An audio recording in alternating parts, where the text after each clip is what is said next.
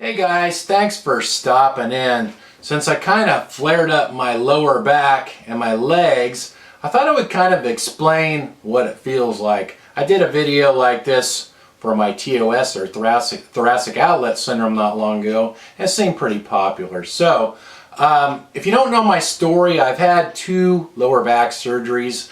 One was in 1990 on the L4-5 disc space. They just took part of the disc out, they didn't fuse it. And then I had another one in 94 where they operated on that space again, and then the one below it, the L5S1.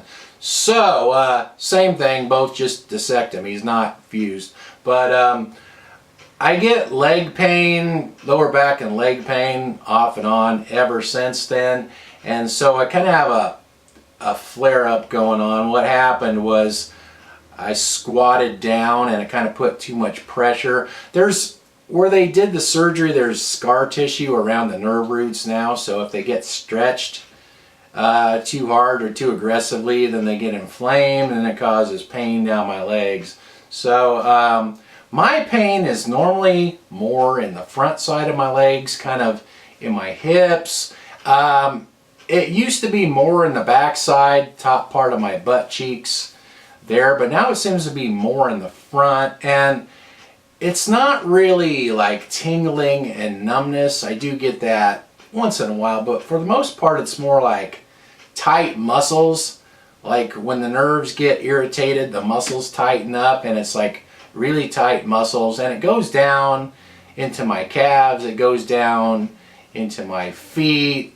I did a video yesterday about my left big toe. It goes into my big toe, the pain does, and my big toe's kind of red and swollen on my left foot.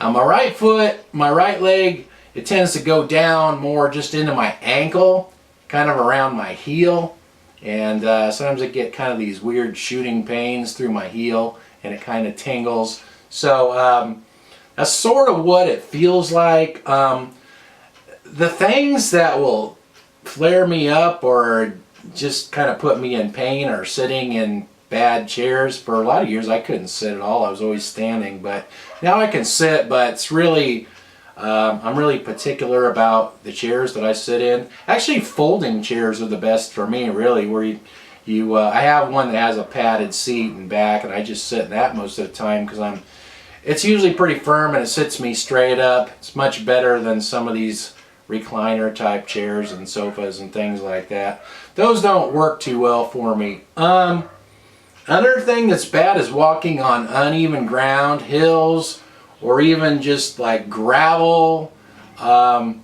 Anything that's uneven or kind of hard to walk on, just rough surfaces. Even like downtown, there's like some cobblestones and the sidewalk and stuff. Those make my back hurt, all kinds of stuff like that. And people have asked me quite a few times what my opinion is on having back surgery, and what I usually tell them is if you can pretty much do what you want without too much problem, I would avoid back surgery. I mean, if you're just miserable and you can't do anything, then I would go ahead and have surgery. Of course, my surgeries were, 20 years ago. They're probably a little less invasive and stuff now, but that's what I usually tell people. If you get a little back pain here and there, but you can pretty much do what you want, I really wouldn't